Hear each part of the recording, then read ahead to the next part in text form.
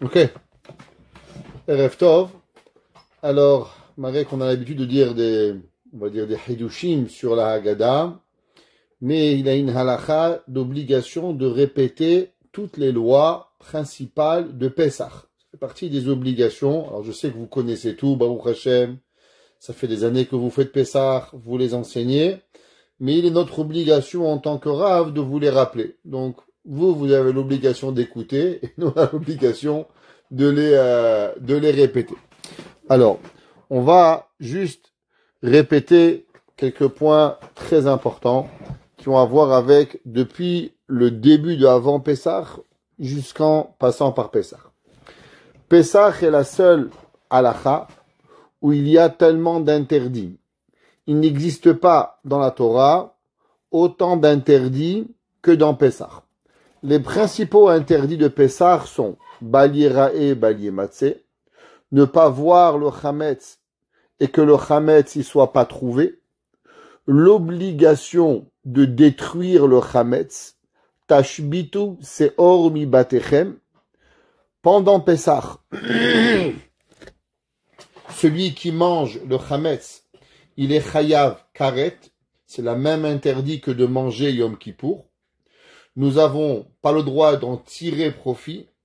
Et tout Chametz qui a passé Pessah, il est aussi dans l'interdit d'être consommé. Et le Chametz, il est aussi dans l'interdit d'avoir aucun profit. Du fait que la Torah, elle a donné tellement d'interdits à Pessah, au Chametz, alors c'est ce qui a fait que Chachamim, ils vont faire aussi beaucoup de lois par rapport à cela. Alors, le premier interdit, Bal Yirae et Bal Yematzeh, du fait qu'on peut pas le voir et on peut pas le trouver, on peut pas le manger, on peut pas le consommer, c'est pour ça qu'on a eu la mitzvah de Bedikat Chametz, ce qui veut dire non seulement d'enlever le Chametz que vous savez où il est, mais vous avez l'obligation d'aller chercher le Chametz que vous n'avez pas. Ça veut dire aller chercher dans toute votre maison et dans tous les endroits où vous allez chercher le Chametz où il se trouve. Dans les endroits où il se trouve le Chametz, beaucoup de gens oublient certains endroits. L'obligation d'aller chercher le Chametz, il n'est pas seulement dans votre maison, il est aussi dans votre bureau et il est aussi dans votre voiture. Chacun de nous a l'obligation d'aller chercher et de vérifier au bureau, à la maison, dans les voitures, chaque endroit où on pourrait rentrer le Chametz. Qu'est-ce que je veux dire un endroit où on pourrait rentrer le Chametz? Exemple, quelqu'un, il a un coffre-fort, ou dans ce coffre-fort, il ne rentre jamais du Chametz, alors il n'a pas l'obligation d'aller vérifier le Chametz. Quelqu'un, il a un hangar où il dépose là-bas des meubles. Ça fait 10 ans qu'il n'est pas allé là-bas. Il n'a pas l'obligation d'aller chercher le Chametz. Pourquoi? À cause que le Chametz, la mitzvah de Bedikat Chametz, elle ne s'applique seulement aux endroits où il est possible de rentrer du Chametz. Un endroit où on ne rentre pas du Chametz, il n'y a pas d'obligation d'aller vérifier le Chametz. Qu'est-ce qui se passe pour des gens qui vont partir de la maison ou bien des personnes qui peuvent pas aller vérifier le Chametz? Exemple, imaginez-vous quelqu'un, il travaille dans un bureau et dimanche soir, il n'aura pas accès à son bureau et il pourra pas aller vérifier le Chametz. La Torah, elle nous donne et elle nous dit que si on fait la vente du Chametz avant le moment de la Bedikat Chametz, alors automatiquement, on peut être exempté de la Bedikat Chametz. Malgré que d'après la halakha, 30 jours avant Pessah, il vient automatiquement de droit la mitzvah de Bedikat Chametz. Exemple, quelqu'un il va aller en voyage à Miami après Purim et il va revenir pendant Pessah. Alors du fait que 30 jours avant Pessah, il va revenir, ou bien même s'il va pas revenir, il vient la mitzvah de Bedikat Chametz. Le seul moyen de s'exempter de cette mitzvah, c'est de faire une vente de Chametz, que la vente de Chametz, elle prend lieu, pas le 14, mais elle prend lieu le 13. Si vous verrez dans les ventes de Chametz qu'on a fait circuler, là-bas on a dit vente avant Bédika ou vente après Bédika. En vendant le Chametz avant la Bédika Chametz, donc on s'enlève tout Chametz qui est dans nos mains avant la Bédika Chametz, et comme ça nous n'avons pas l'obligation de vérifier le Chametz pendant le soir du 13 au du 13. Quelqu'un qui aurait omis de vérifier le 13. Le pauvre, il est arrivé du travail, il s'est endormi, il s'est pas réveillé jusqu'au lendemain matin. Il aura l'obligation de vérifier le Chametz lundi matin. Le 14, il a l'obligation de vérifier. Quelqu'un qui a oublié de vérifier lundi matin le 14, ça lui est passé par la tête et il se rappelle Chol HaMoed, il a l'obligation de faire la mitzvah de Bédikat Chametz. Quelqu'un qui l'a pas fait pendant Pessah, il devra même le faire après Pessah pour savoir quel Chametz il avait eu durant le moment de Pessah. On parle souvent de la vente de Chametz. Dans la vente de Chametz, vous allez entendre beaucoup d'opinions, à savoir qu'est-ce qu'on vend pas, qu'est-ce qu'on a le droit de vendre et qu'est-ce qu'on n'a pas le droit de vendre. D'après la halakha stricte, tout Chametz peut être vendu. Tout Chametz peut être vendu. Vous avez le droit de tout vendre. On parle pas de coutume maintenant, et on parle de halakha. Vous savez, pas vous faire peur, il y a des gens, ils disent, moi, je vends pas du vrai Chametz. Tov, mais tu manges du Chametz de chez Hadar, tu manges du Chametz de la foudrerie, tu manges du pain de chez Chesky, eh ben, toutes ces béqueries, elles ont vendu leur Chametz Gamour. Alors, d'après la halakha, on a le droit de vendre le Chametz. Ça veut dire, si quelqu'un, par exemple, il a envie et il veut faire un gâteau pour Motsae Pessah, faire un gâteau, il veut le mettre dans un congélateur, le fermer, l'enfermer avec un sticker, le mettre dans le congélateur, fermer le congélateur, dire vendu pour Pessah, il a le droit de le faire. La halakha. Maintenant, il y a plusieurs coutumes qui sont mis dessus, du fait que c'est assez rare qu'un goy il vient chez vous, il dit bonjour monsieur, j'ai envie de vous prendre votre gâteau, où est-ce qu'il est? Alors, on dit peut-être que la vente, elle n'est pas une vraie vente, alors on a un peu peur. Alors c'est pour ça que on ne vend pas du vrai Chametz. Même ceux qui ne vendent pas du vrai Chametz, qu'est-ce qui se passe à propos des whisky? Par exemple, toutes les alcools. Est-ce que les alcools, elles font partie des produits qu'on a le droit de vendre ou des produits qu'on n'a pas le droit de vendre?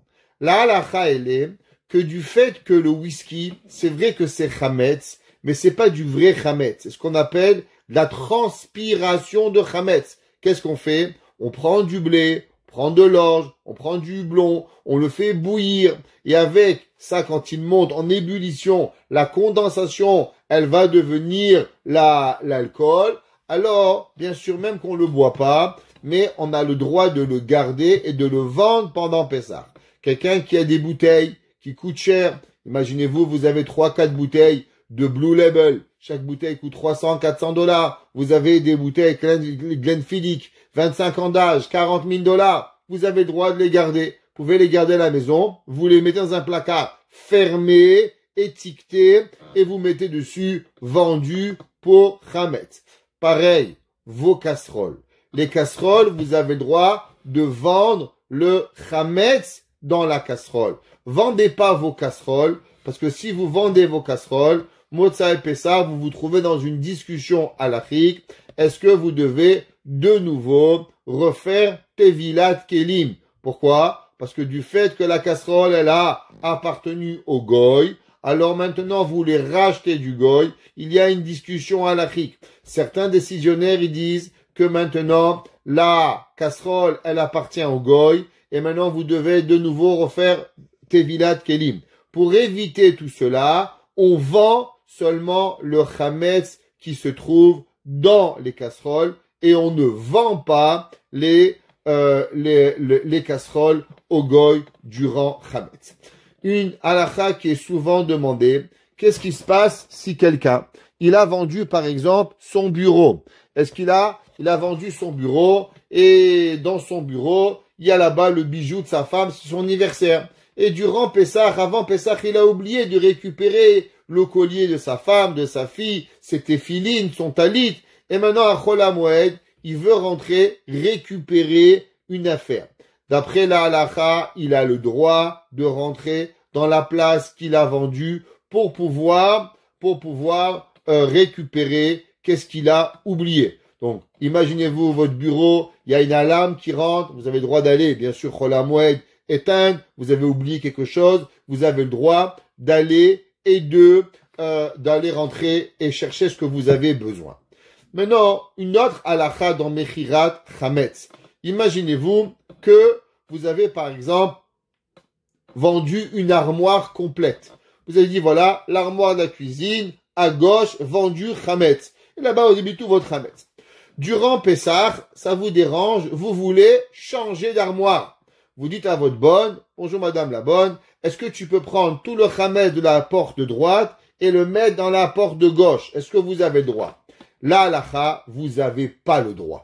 Pourquoi vous n'avez pas le droit? Parce que quand on fait la vente de Chametz, pour que le Chametz il appartient au goy, alors on va louer l'emplacement où le Chametz se trouve. Donc maintenant, l'emplacement ne vous appartient pas. Et cet emplacement-là, il est au goy. Et si maintenant vous venez, vous lui prenez quelque chose, vous n'avez pas le droit de prendre l'emplacement et vous devez garder le Chametz, l'emplacement où le Chametz, il se situe. Dans la halakha, il se pose une question. Qu'est-ce qui se passe si quelqu'un, pendant Pessah, il trouve du Chametz? Imaginez-vous, vous avez rincé les jouets, vous avez oublié un bac de jouets, et maintenant, dans le bac de jouets, vous trouvez un Chametz, un paquet de bonbons. Vous avez oublié. Trouvez un paquet de gâteaux. Qu'est-ce que l'on doit faire? Dans la Gemara, il est écrit deux choses. Qu'est-ce qui se passe quand c'est Yom Tov? Et qu'est-ce qui se passe pendant que c'est Chol HaMoed? La Gemara a dit, et Shulchan Aruch ramène, que pendant Yom Tov, Kofer Alav Keli, on met par-dessus un récipient de façon à ne pas le voir et ne pas arriver à ce que quelqu'un, il va le manger. Durant Chol HaMoed, on doit venir et on doit le brûler. Maintenant, on a un problème. Quel est le problème? Qu'est-ce qui se passe de nos jours qu'on fait une vente de Chametz? Et dans notre vente de Chametz, on écrit tout Chametz qui se trouve dans ma maison, il est vendu à Monsieur Jean-Paul. Maintenant, est-ce que on a le droit de prendre ce Chametz et de le brûler?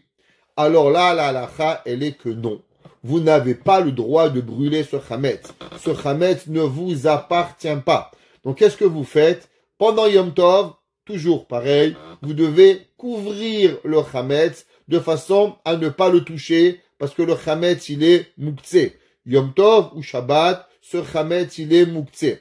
Pendant la semaine, Chol HaMoed, vous prendrez le Chametz, le paquet de gâteaux, le bonbon, ce que vous avez trouvé, vous ouvrirez le placard de Chametz et vous le mettrez dans le placard parce que ce Chametz ne vous appartient pas. Si vous brûlez le Chametz, alors vous pouvez avoir un problème de gezel, de vol. Dans le cas où vous n'avez pas pensé, vous l'avez pris, vous l'avez jeté à la poubelle, il faudra écrire un petit papier et dire j'ai jeté un petit paquet de gâteaux qui vaut $5. Si monsieur le goy il vient, dit voilà monsieur le goy, le Chametz, plus je vous dois $5, j'ai détruit le Chametz qui était là. C'est votre obligation d'écrire à ce qui arrive là-bas pendant ce Chametz. Le jour, si monsieur le non-juif, il vient et vous demande le Chametz, vous avez l'obligation de lui donner. Si vous voulez pas lui ouvrir la porte, sachez que légalement, il a le droit de casser votre porte. Il a un contrat légal qui lui donne accès au Chametz à chaque moment du jour et de la nuit pour pouvoir venir. Donc bien sûr, il doit vous demander la clé. Dans le cas où vous refusez, il doit avoir accès à ce Chametz 24 heures sur 24, 7 jours sur 7 pour pouvoir y arriver. Quand on a fini la vente du Chametz, comme on a expliqué, ou le 13 ou le 14, dépendamment quand est-ce qu'on veut faire cette vente avec différentes façons de le faire. Vous vendez jamais votre Chametz au rabbin. Les gens, monsieur Rabbin, je vous vends mon chametz. Non, non, je vous explique. J'achète pas votre chametz et le chametz devient jamais à moi. Le chametz, il vient, il reste à vous et on le donne au goy. Le rabbin, il est seulement votre messager pour pouvoir vendre votre chametz. Mais le rabbin, il n'achète pas votre chametz. Qu'est-ce qui se passe si vous avez fait une vente de chametz? Et maintenant, le rabbin vous appelle Motsei Pessah. Bonjour, monsieur Toledano, monsieur Cohen, monsieur Lévy. Désolé de vous apprendre. Je vous ai oublié votre vente de chametz. Elle a été oubliée dans le tiroir et j'ai pas vendu votre chametz. Et donc, tous vos whisky, vous avez votre belle collection de whisky, vous devez la mettre à la poubelle. Et vous avez un petit $100,000, chametz she'avar alav Pesach. Est-ce que le rabbin, il est responsable de quelque chose? Est-ce que le rabbin devrait vous, peut-être vous rembourser ce qui a été fait? Alors, pour savoir, ça va dépendre. Si vous avez payé le rabbin et vous avez donné au rabbin de l'argent pour pouvoir faire votre vente de chametz, alors le rabbin devient responsable de ses actions. Pourquoi? Parce que, d'après la halakha, il y a un ligne qui s'appelle Ouman chez Kilkel. Exemple, imaginez-vous, vous allez chez un garagiste. Chez le garagiste, vous lui demandez, monsieur, voilà, pouvez s'il vous plaît me changer le pneu? Et le gars, le boulon il sortait mal, il a forcé, il a cassé le boulon. Qui est chayav de payer? Le garagiste. Pourquoi? Vous allez chez un garagiste, pas chez un plombier. Le plombier s'occupe des toilettes, s'occupe des choses qui marchent pas à la maison. La voiture, le garagiste, on paye $85 de l'heure chez un garagiste pour qu'au moins il sache ce qu'il fait. Si le garagiste il a cassé en réparant, il est obligatoirement responsable de l'action. Pareil, le rabbin. Si le rabbin, vous avez payé le rabbin pour faire la vente de chametz, le rav sera responsable de ce que vous avez fait. Mais si le rabbin vous a fait une tova, vous l'avez fait un petit cadeau, il vous a fait ça gratuitement, eh ben le rabbin sera pas responsable s'il a oublié de vendre votre chametz et malheureusement tous vos whisky finiront à la poubelle à cause que vous avez pas vendu, vous avez pas fait les choses correctement. Je voudrais ouvrir une parenthèse sur un sujet qui a été cette semaine très d'actualité. À savoir l'huile de canola.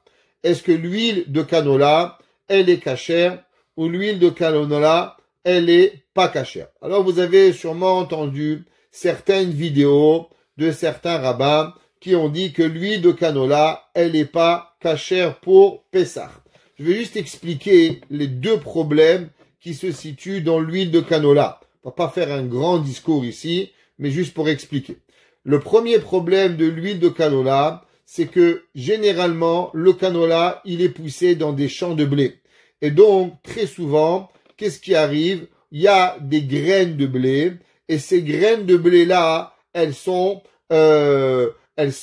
écrasées avec les graines de granola, et ils peuvent faire du chametz. Alors, juste pour savoir, dans les pourcentages, une graine de blé, elle donne 5% d'huile. Ça veut dire que si une graine de blé, elle donne, par exemple, chaque graine, elle mesure on va dire 10 grammes, alors 5% de 10 grammes, il va être, on peut faire de l'huile. Une graine de granola, elle donne 70 à 80% d'huile. Ça veut dire qu'une graine de granola, elle donne plus de 40 fois plus d'huile qu'une graine de blé pour pouvoir y arriver.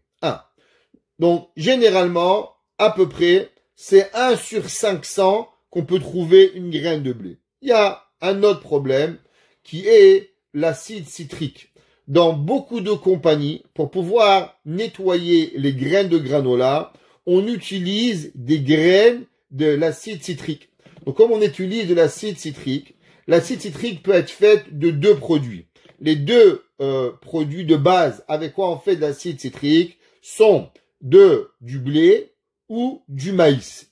Alors, il y a dans le monde 3 genres de compagnies qui fabriquent l'huile de granola.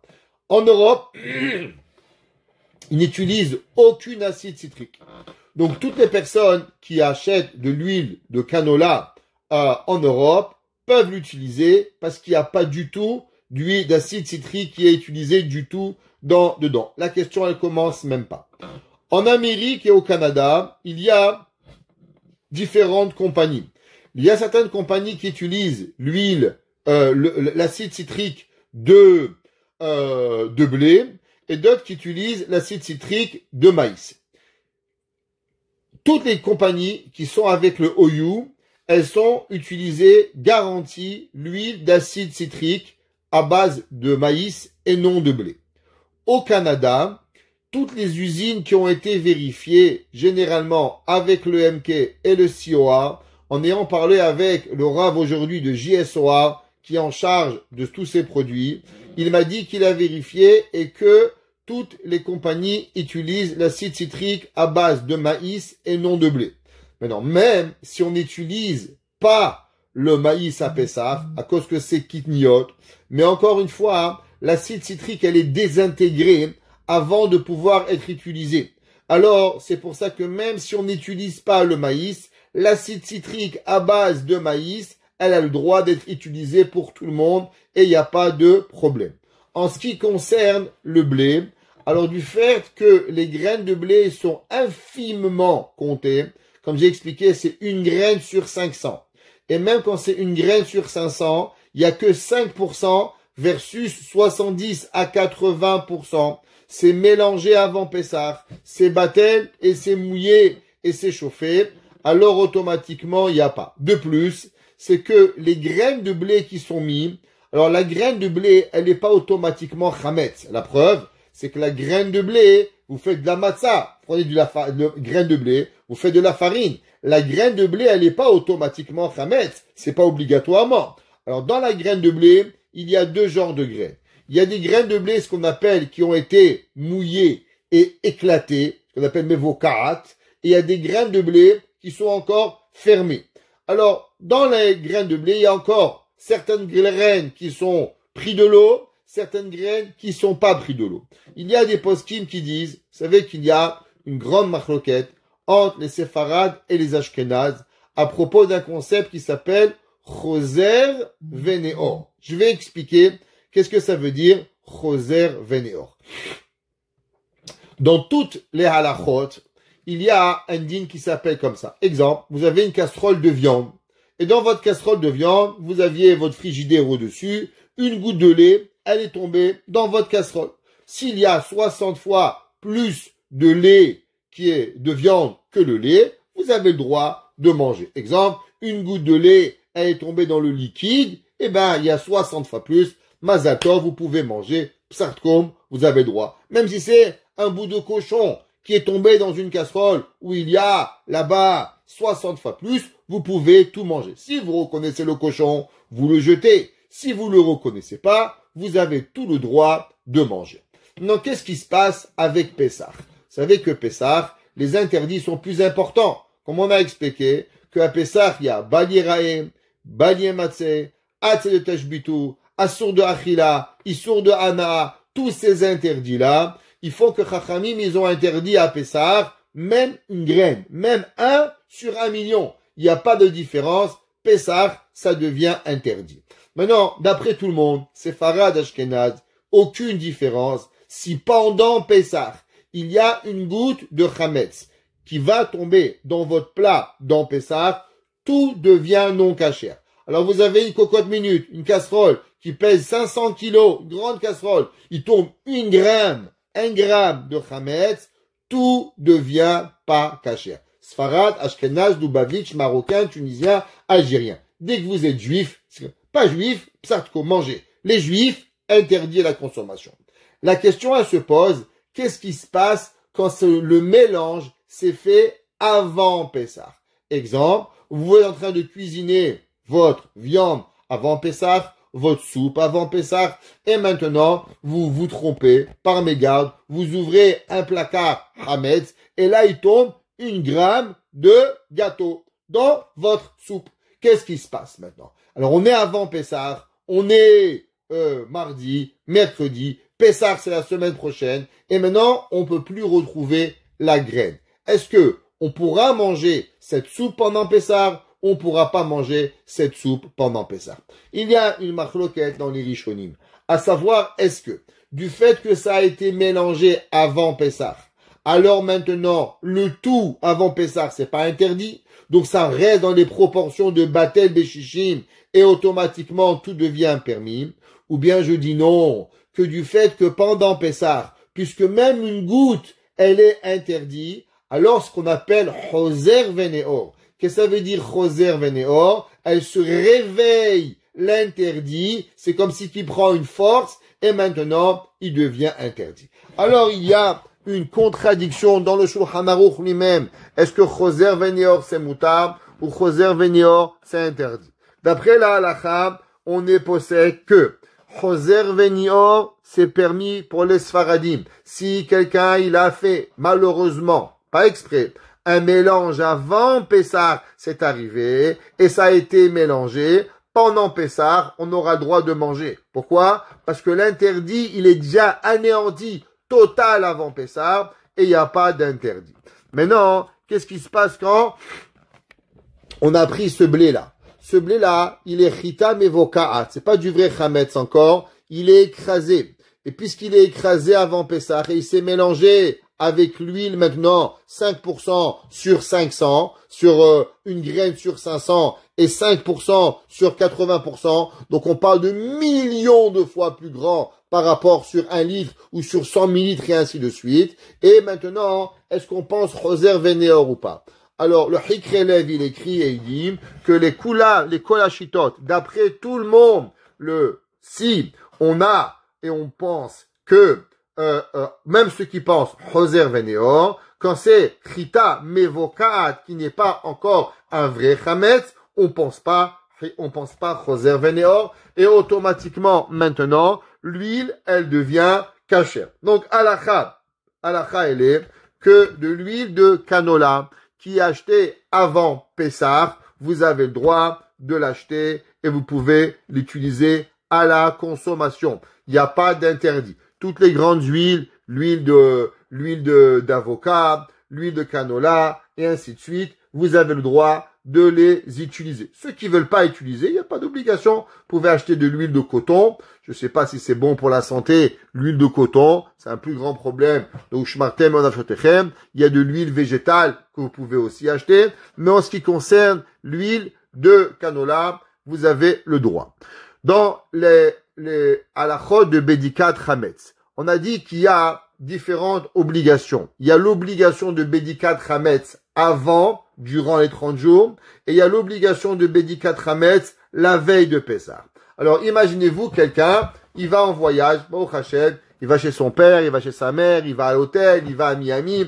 Demain, ce soir, lui, il a nettoyé la maison, il veut faire correctement, il veut faire la Bedikat Chametz ce soir.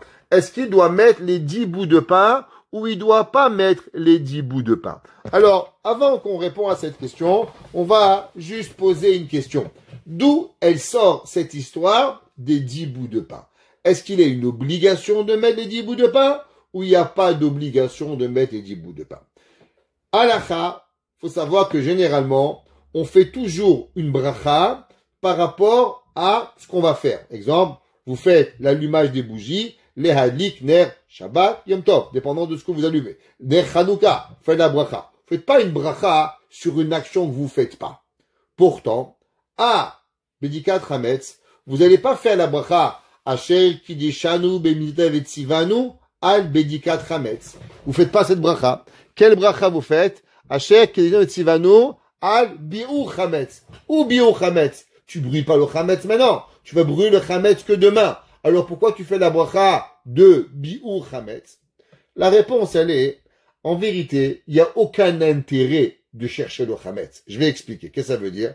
Le gars dit, ouais, super, j'ai trouvé du Chametz. Et après, c'est quoi? Le but, c'est pas de chercher. Le but, c'est de chercher pour que demain, tu vas brûler le Chametz. Ça, c'est la mitzvah. Mais en soi, chercher le Chametz, il n'y a pas d'intérêt. Nul intérêt de chercher le Chametz si vous n'avez pas. Le but de chercher le Chametz, c'est de chercher le Chametz pour pouvoir le brûler le lendemain. Maintenant, on sait que nos femmes, elles sont des tzadékettes. Qu'est-ce qui se passe? Qui sait qui a déjà trouvé du Chametz à la maison pendant la Bédika. 99% des femmes, elles ont nettoyé, cherché, frotté, enlevé le chametz, tout ce que tu veux, et on va rien trouver. Donc du peur qu'on va pas trouver du chametz, parce qu'on a confiance en nos épouses, que nos épouses, elles ont bien nettoyé la maison. Alors il y a des décisionnaires halakhiques qui disent, regarde, si tu vas faire la bracha al biur chametz, et tu vas rien trouver, si tu vas rien trouver, ta bracha, elle peut être bracha levatala, alors automatiquement, mets un petit peu de chametz, comme ça tu es sûr que tu vas trouver quelque chose.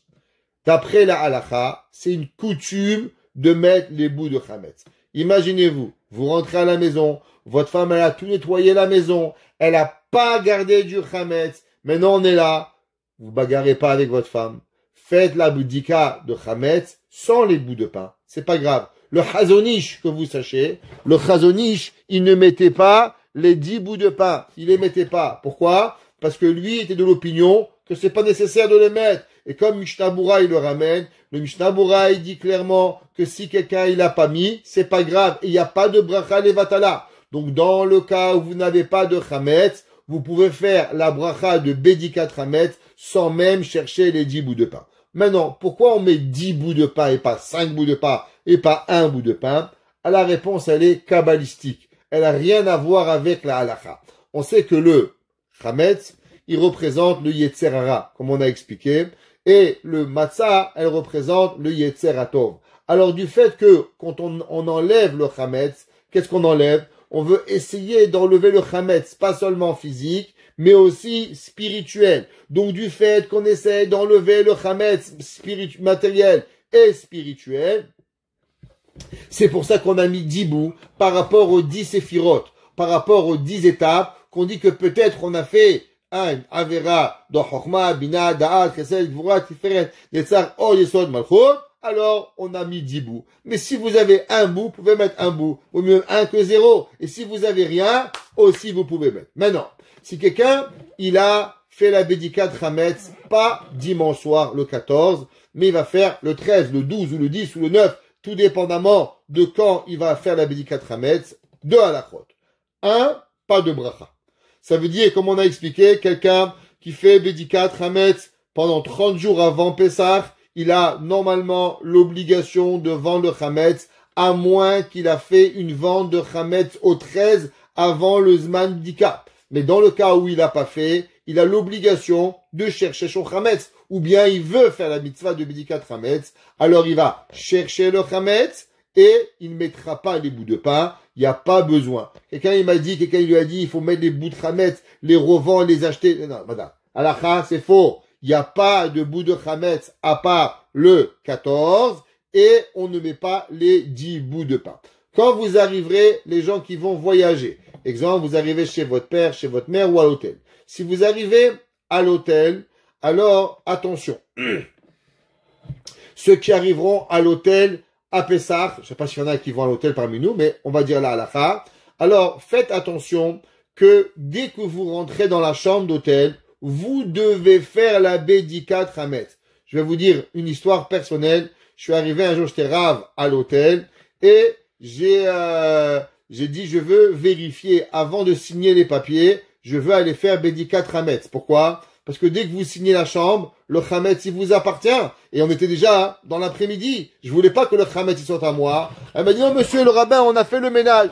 Je dis, madame, ménage, pas ménage, laissez-moi aller vérifier, s'il vous plaît. Je vais dans la chambre, j'ouvre le frigidaire, je trouve 2 petites bouteilles de whisky. Chametz. Je vais sous le lit, je trouve un petit paquet de gâteaux. J'amène à madame, je dis, regardez, madame, 2 bouteilles de whisky et une paquet de gâteaux sous le lit après le ménage. Et un hôtel, 5 étoiles. Pas un petit hôtel, vous promettez, 5 étoiles, Bar Milan. On veut pas avoir du chametz à nous. Alors, il faut faire attention à ces halachot. Donc, quand vous arrivez, vous faites Bédikat Chametz.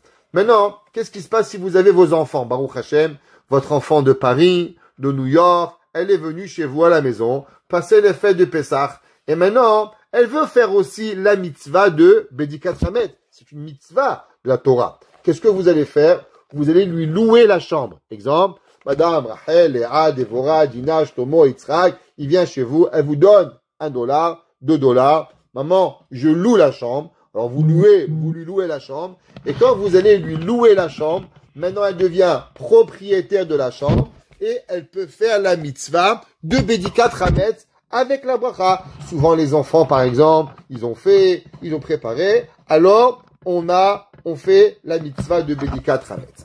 Les petits bouts de pain de Hametz. 2 halachot importantes dans les 10 bouts de pain. Numéro 1, ne les mettez pas dans du papier aluminium. Pourquoi? Parce que le matin, vous devez les brûler pour faire la mitzvah de bio Hametz. Mais essayez de brûler quelque chose dans du papier aluminium. Ça brûle pas. Dans 50 ans, ça va être encore là-bas. Donc, mettez-les dans un sachet plastique. Comme ça, quand papa, il va brûler le Hametz qui va arriver. 1. 2, il faut faire attention de mettre des petits bouts. Pourquoi? Parce que si vous avez un gros bout et vous perdez un bout, eh ben, vous devez rester toute la nuit en train de chercher votre Hametz. Si vous mettez un petit bout de Hametz, avec le bitoul, l'anéantissement du Hametz, vous allez pouvoir, pas obligé de chercher toute la maison. 3e halakha, qui c'est qui va cacher les 10 bouts de Hametz? Maman. Pourquoi je dis maman? Pas seulement un enfant. Maman, elle va écrire bout de Hametz derrière porte de cuisine. 2e bout de Hametz derrière sous le lit. Et elle va les noter à chaque endroit. Comme ça, à la fin, si le mari dit, chérie, j'ai pas trouvé, où t'as cherché? Là, on peut trouver le Hametz et on sait où on va voir. Bédikat Hametz, c'est quoi? Bédikat Hametz, c'est une grande mitzvah, et c'est une mitzvah de la Torah, d'après Rashi, et comme ça vient du Shulchan Aruch aussi, d'après le Ran, d'après beaucoup d'opinions, c'est une mitzvah de la Torah, faire Bédikat Hametz. C'est pour ça que dimanche soir, il vous est interdit. Alors, je sais qu'il y a des coutumes tunisiennes de faire un michoui, barbecue, tchetchouka. Ils ont tout un menu à faire dimanche soir. Chez les Algériens, ils font même le couscous. Je sais pas comment les mamans, elles acceptent, mais Hebel, je sais pas, mais nous, on fait pas du couscous. En tout cas, tout ça, c'est très bien, mais le Ikar, c'est la mitzvah de Bédikat Hametz. Bédikat Hametz, c'est chercher. C'est pas faire un petit tour et on cherche des petits bouts de pain, on arrête là. Non, il faut chercher. Encore une fois, ma femme, elle est très propre, tout ce que vous voulez, mais avec les enfants, combien de fois, par exemple, on a cherché entre le lit et le sommier, on a trouvé un bonbon, on a oublié un placard, on a oublié quelque chose, celui que ça lui est pas arrivé, alors c'est pas fait Bédikat Hametz. Bédikat Hametz dans une grande maison, ça prend du temps. On vient avec sa femme à côté et on passe. T'as vérifié le frigidaire, t'as vérifié le congélateur, t'as vérifié sous le fauteuil, t'as fait ci, et on pose des questions. Et on a le droit de parler. Même que vous allez voir dans la chak qu'on parle pas. Oui, on parle pas, dire, tu as vu le match de hockey hier soir, qui a gagné les Canadiens ou je sais pas quoi de Toronto, les Maple Leafs. Ça, c'est pas ça qu'on parle. Mais parler de la mitzvah. Est-ce que tu as fait? Est-ce que tu as changé les brosses à dents? Est-ce que tu as enlevé les dentifrices? Ceux qui changent, par exemple, dans les salles de bain. Il y a beaucoup de produits qui peuvent être de vrais produits Hametz. Exemple, tous les produits Avino. Ça provient de l'avoine et c'est du vrai Hametz. Alors, il y a des produits comme ça, ils sont vraiment Hametz et il faut faire attention. Donc, on est avec sa femme et on parle. T'as vérifié ce tiroir, t'as fait ci, t'as fait là et on cherche vraiment le Hametz. Et des fois, par exemple, on a oublié un placard au basement, on a oublié un congélateur au basement, un frigidaire, quelque chose qu'on a mis et on a cherché. Un endroit où vous oubliez souvent votre frigidaire. Votre frigidaire. Ouais. L'année dernière, Pessah. Quelqu'un vient me voir, il me dit, Rav Krimizi, il est blanc. C'est le matin du Seder, il est blanc. Je crois que c'était un zombie qui marchait. Je dis, qu'est-ce qu'il y a? Il m'a dit, mon fils, il a acheté la veille de Pessah un sandwich. Un sandwich pour manger le lendemain avant l'Abdikat Hametz. Et il a mis au frigidaire. Mazal tov, sandwich, bagel, tuna. Et bien sûr, il s'est réveillé en retard. Et il est parti à la prière. Il n'a pas mangé. Maman, elle arrive le lendemain du Seder. Elle ouvre le frigidaire. Sur la poignée, qu'est-ce qu'elle voit? Bagel avec du thon dans le frigidaire pendant Pessah.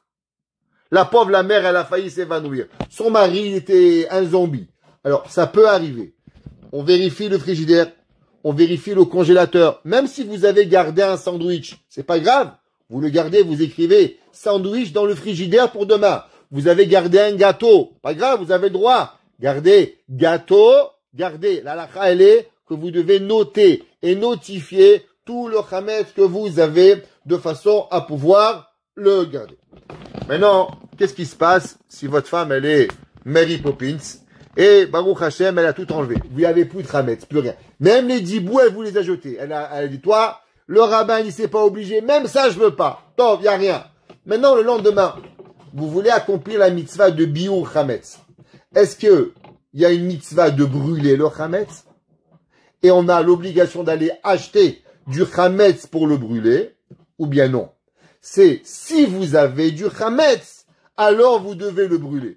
Mais si vous n'avez pas de chametz, il n'y a pas d'obligation de brûler.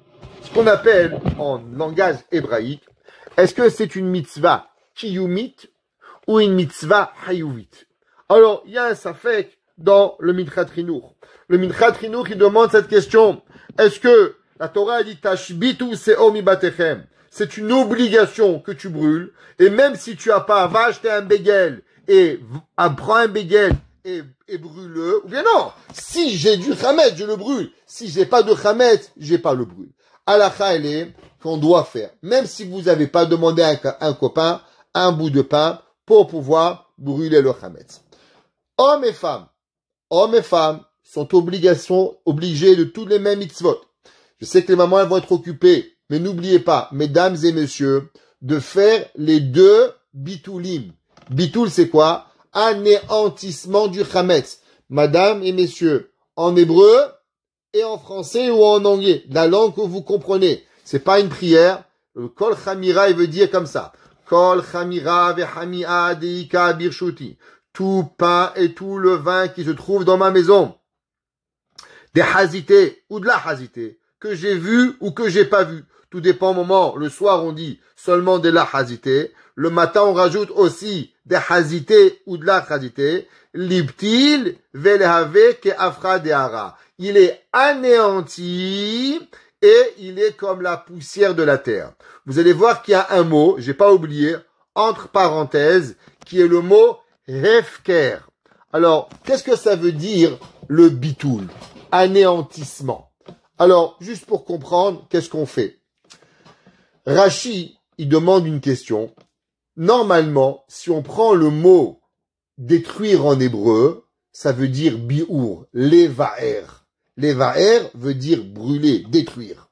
Pourtant, la Torah, quand elle parle de détruire le chametz, la Torah, elle emploie le mot tashbitu. C'est quoi ce mot tashbitu? Ça vient du mot Shabbat. Ça vient du mot, on va dire, reposer.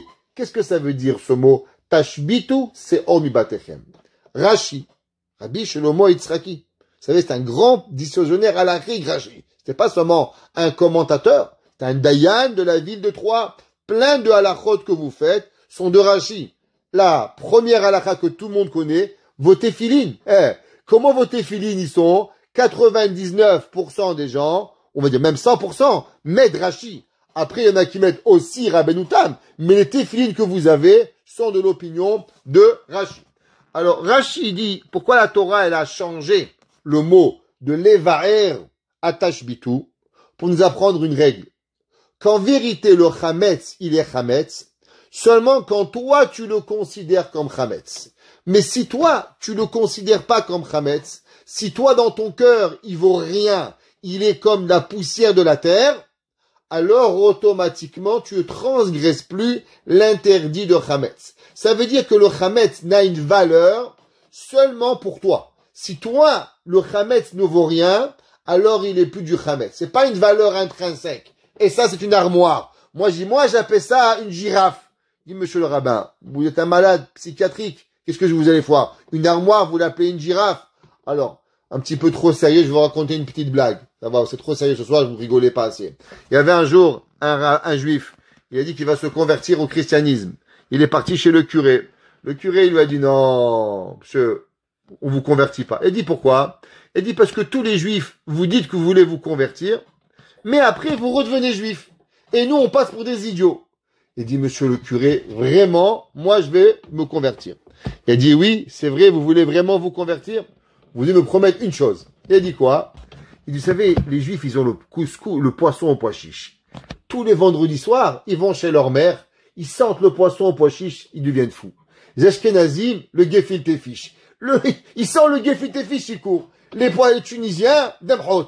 C'est comme ça. Qu'est-ce que vous voulez? Chacun, il a un poisson, il court. Et grâce à ce poisson, il se fait pécher et redevient juif. Si vous voulez devenir catholique, une promesse. Vous mangez plus jamais du poisson vendredi soir. Promis. Juré, juré. Promis, promis. Top, il le convertit. Le premier vendredi soir, le curé, il va chez le juif, il le voit avec un poisson. Mais il a fait la totale. Le gefilte fish, le poisson marocain, le poisson malin, la dame chaude. Il a fait toutes les chitotes de poisson sur la table. Le curé, il vient, il dit, mais monsieur, qu'est-ce que vous faites? Vous avez promis de manger, pas manger de poisson. Il dit, c'est pas du poisson, c'est du radis. Il dit, mais vous prenez pour un âne? C'est un poisson. Il dit, regardez, monsieur le curé, vous avez pris de l'eau, vous avez mis sur ma tête, il dit, t'es pas juif, t'es catholique, t'es pas juif, t'es catholique. Moi aussi, j'ai pris un petit peu d'eau, je dis, t'es pas un poisson, t'es du radis, t'es pas un poisson, t'es du radis, j'ai mangé maintenant. Ok? Alors, vous comprenez que on peut pas rendre un poisson un radis. C'est pas possible. Alors, comment on peut prendre du chametz et dire, moi, c'est pas du chametz? A priori, c'est un peu fou. Rashi dit, c'est vrai. Bémet, c'est un peu fou. Mais la Torah, pourquoi la Torah, elle a employé le mot tashbitu et elle a pas dit le mot tevaru? Dit Rashi, parce qu'en vérité, le chametz n'a une importance seulement si toi, tu donnes de l'importance. Mais si pour toi, il vaut rien, alors il perd sa valeur. C'est pour ça que dans le bitou, qu'est-ce que vous dites? Que tout pain et tout levain, il soit comme de la poussière de la terre. Il n'y a pas de différence. Quand toi, tu vois un gros millefeuille maintenant, tu dis, waouh, les calories. Quand tu le vois à Pessah, tu dis quoi? Barminan, j'ai même pas envie de le voir. C'est chametz, ça vaut pas. Alors, il n'y a pas d'interdit. Tosfot, il n'est pas d'accord avec ça. Et Tosfot, il dit non, le bitoul, c'est pas ça. C'est quoi le bitoul? Le bitoul, la Torah, elle a dit, c'est quoi l'interdiction du chametz? L'interdiction du chametz, c'est de voir ton chametz. Mais le chametz qui n'est pas à toi, il n'est pas interdit. Exemple, qu'est-ce qui se passe quelqu'un, ici au Canada, on a Baruch Hashem, on a des bonnes maisons, on a des belles maisons. Mais en France, les pauvres gens, ils habitent en haut des immeubles. Et des fois, beaucoup de personnes, ils descendent de la maison, qu'est-ce qu'il a en bas de chez lui? Il a une boulangerie. La boulangerie du coin. Tous les matins, il descend, qu'est-ce qu'il voit? La baguette. Est-ce qu'il transgresse un interdit de voir la baguette pendant Pessah? Bien sûr que non. Pourquoi? Parce que la baguette, elle est interdite quand elle est à toi. Mais quand la baguette, elle n'est pas à toi, elle est à quelqu'un d'autre, alors on transgresse pas. C'est pour ça que Tosfot, il dit, c'est quoi le bitoul? Enlever sa propriété de l'article. C'est pour ça que vous rajoutez un mot, velihave hefker, que vous rendez public. En un mot, vous enlevez votre propriété du chametz. C'est pas à toi. Puisque c'est pas à toi, il n'y a pas d'interdit. C'est comme si vous voyez du chametz dans la poubelle. Je vais juste ouvrir une parenthèse. Il y a une marloquette dans les Rishonim. Encore une fois, l'opinion de Rashi. Très important, le Gaon de Vina le ramène. La Torah a dit, Lo yira'e lecha chametz, tu verras pas ton chametz. La Gemara a dit, de là on apprend qu'on peut voir le chametz d'un goy, ou on peut voir le chametz qui appartenait au Beth Amikdash. Aval ataroe shel nochim, aval ataroe shel gavoa. Qu'est-ce qui se passe le chametz d'un autre juif? Exemple, Réhouven, il a un frère qui s'appelle Shimon, et chez lui à la maison, il y a du chametz de Shimon, pas à moi. Alors, est-ce que quand je vois le chametz d'un autre juif, je transgresse l'interdiction de Bal Yirae ou Bal Yematse ou pas? L'opinion de Rashi et l'opinion du Gaon de Vilna, elle est que si quelqu'un y voit le chametz d'un autre juif, même qui n'est pas à lui, il transgresse quand même l'interdit de Bal Yirae ou Bal Yematse. Tous les autres décisionnaires halachiques qui disent non, si c'est pas à toi, tu transgresses pas l'interdit de Bal Yirae ou Bal Yematse. Exemple, vous avez une bonne, ouais, elle vient à la maison et elle veut manger du pain, elle veut manger de la pizza, pas chez moi, mais par exemple à Pessah il fait beau, dans certains pays, pas comme chez nous qui fait 5 degrés, mais ça arrive, il y a des pays qui fait beau à Pessah, c'est possible, c'est difficile à croire, mais ça arrive en tout cas. Et maintenant elle est sur le balcon et elle veut manger sa pizza dans votre balcon, elle a le droit ou elle n'a pas le droit? Elle a le droit. Pourquoi? C'est pas votre chametz, ça lui appartient. Elle est partie acheter du chametz, sa pizza, elle veut la manger. Ça comment? C'est pas mon problème. C'est pas mon chametz et j'ai pas d'interdit. Après qu'on a fait la bédika, on fera demain le biour, on fera le bitoul. Demain, on va faire le brûlage du chametz. Après le brûlage du chametz, on va faire le biour chametz. Faire attention aux horaires quand brûler le chametz, pas trop tard, parce que sinon après, malheureusement, vous avez transgressé les interdits. En ce qui concerne la veille de Pessah, il y a des interdits. La veille de Pessah.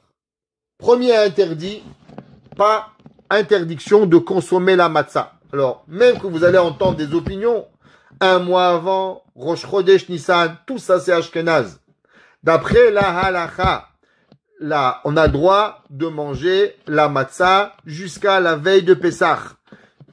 Ashkenazim, de coutume. Certains, depuis Rosh Chodesh Nissan, les Lubavitch, depuis Purim. C'est des coutumes, c'est pas interdit. Sfaradim, on n'a pas le droit de manger la matzah toute la journée de la veille de Pessah. Pourquoi? Pour changer les obligations et que on a une question pour dire Manishtana, Allah ela azekulo matzah et aussi pour que ça soit différent le soir. Deuxième halakha. Faire attention, mesdames, que vous savez, messieurs, interdiction de coudre et de faire des melachot après chatzot.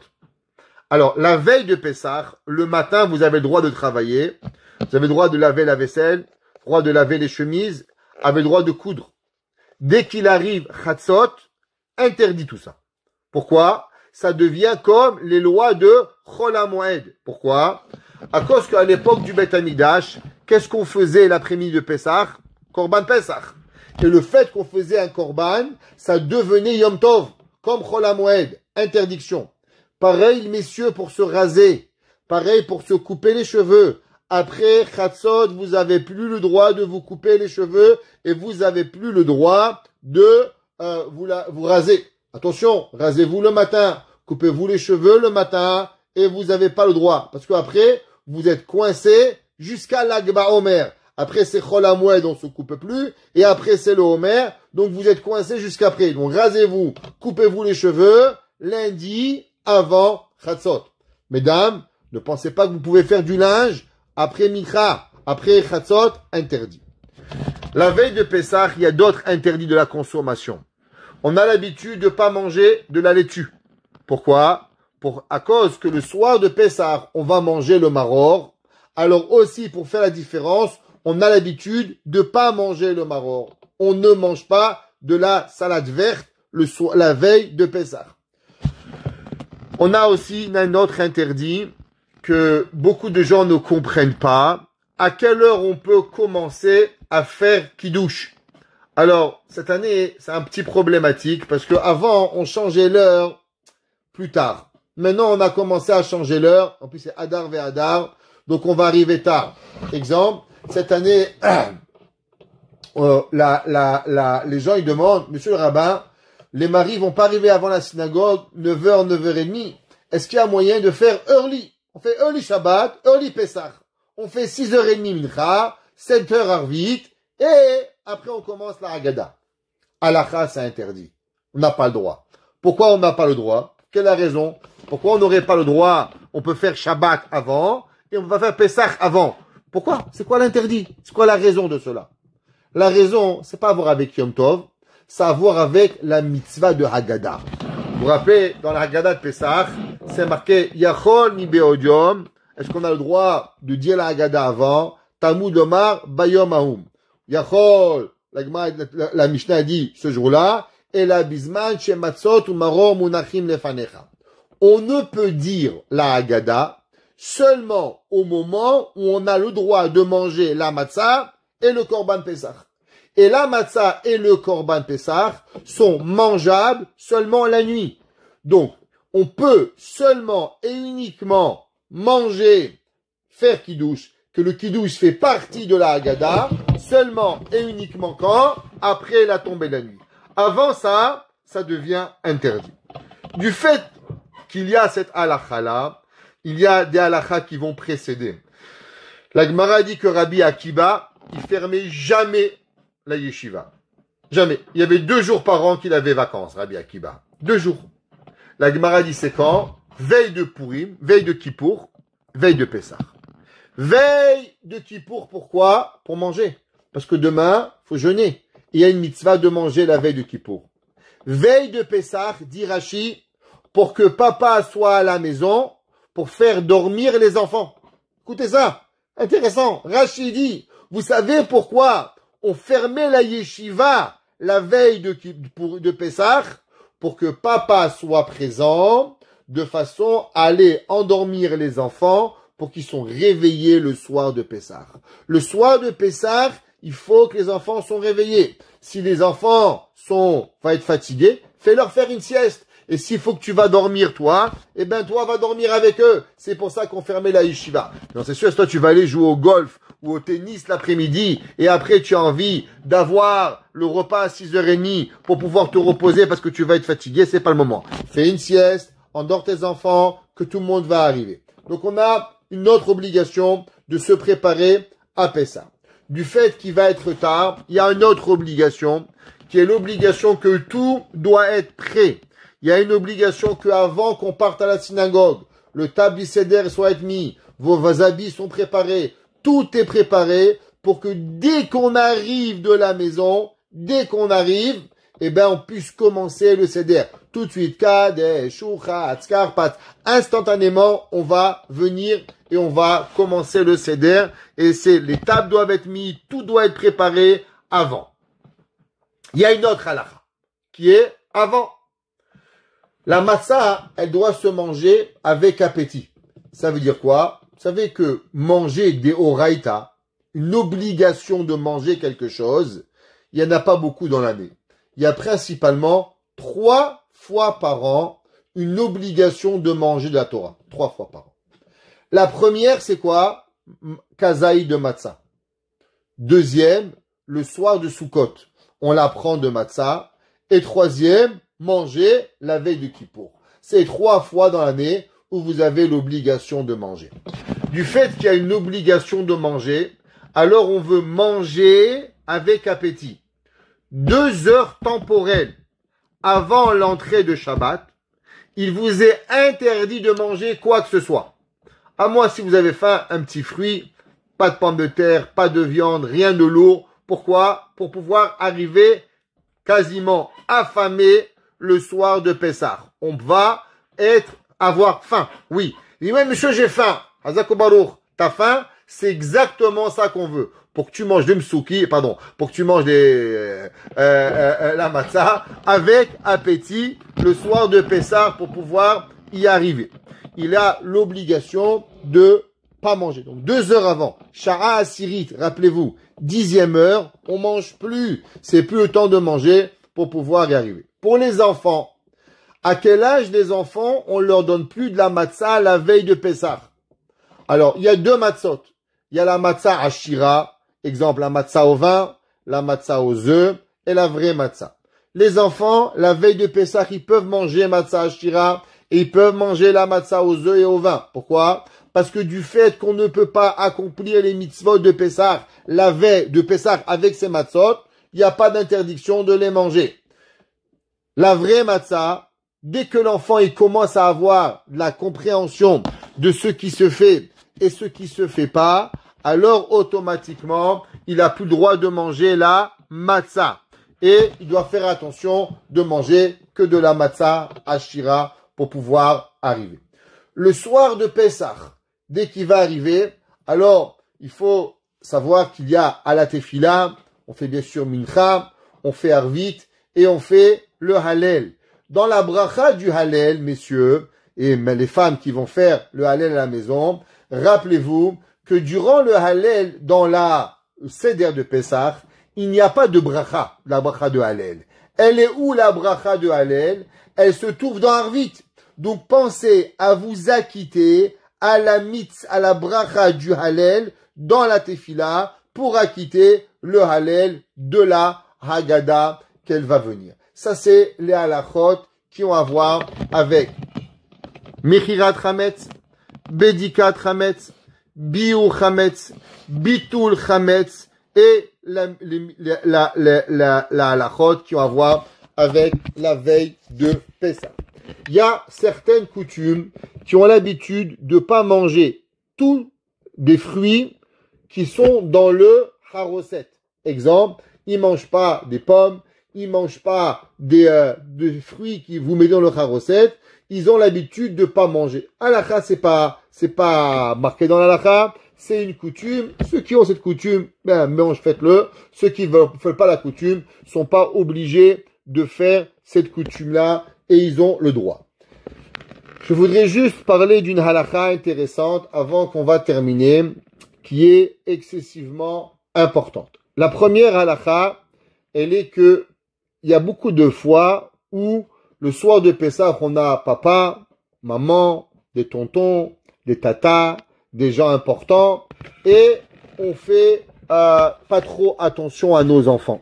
Souvent, on les met au bout de la table, et on est entre adultes, et on pense à notre bon vin qu'on va boire, et ainsi de suite.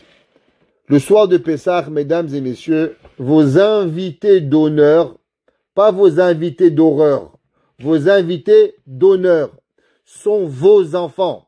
Alors, il est important que vous mettez vos enfants à côté de vous et que vous accomplissez la mitzvah de Vehigad Talebincha. Ça veut dire la mitzvah principale, c'est de parler à vos enfants, que vos enfants vous parlent, que vos enfants vous racontent, de leur rentrer la Emouna. Vous vous rappelez, on avait raconté l'histoire du Harizal, que le Harizal, il avait raconté qu'il y avait une femme qui avait eu un démon qui était rentré dans elle, un dibouk. Il avait envoyé Rabbi Chaim Vital. Et Rabbi Chaim Vital lui avait demandé pourquoi ça t'avait arrivé. Et elle avait dit parce qu'elle n'avait pas la Emouna, la croyance en Akadosh Baruch Hu, à tous les miracles qui ont été faits durant la Yetziat Mitzrayim. C'est le moment où on doit parler de Emouna. C'est le moment où on doit inculquer à nos enfants la Emouna de pouvoir ce que Akadosh Baruch Hu, il a fait au Ham Israël, à nos enfants et jusqu'à aujourd'hui. Donc, nos enfants sont la priorité. C'est quoi un enfant? Un enfant, c'est tant qu'il est votre enfant. Le Rambam, il dit, Akol lefi chokhmato. Ça veut dire qu'un père, il a un enfant de 5 ans, il lui parle à un enfant de 5 ans. Il a un enfant de 10 ans, il lui parle qu'un enfant de 10 ans. Il a un enfant de 20 ans, alors le père, il doit se chercher des questions. Comment? Qu'est-ce qui se passe? Qu'est-ce qui arrive? Tout dépendamment de l'intelligence de l'enfant. Il faut piquer la curiosité de l'enfant. J'aimerais rajouter une petite chose très importante. Chaque soir de l'année, nous avons une mitzvah de se souvenir de Yetziat Mitzrayim. Ani Hashem Elokechem, Asher Hotzeticha Meretz Mitzrayim. Matin et soir, on se rappelle de la mitzvah de Yetziat Mitzrayim. Quelle différence il y a entre la mitzvah de Sipur Yetziat Mitzrayim, raconter la sortie d'Égypte, le soir de Pessah, et de se souvenir de Yetziat Mitzrayim.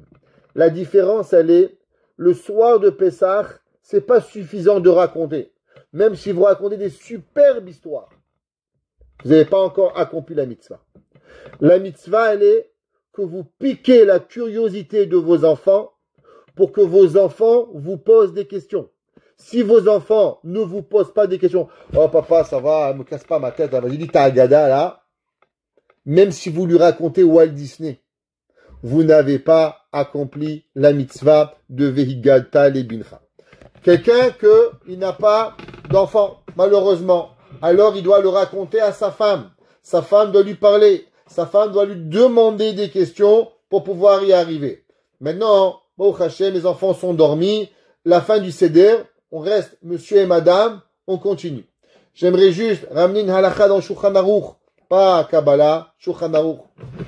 À quelle heure le seder doit finir et à quelle heure on va dormir?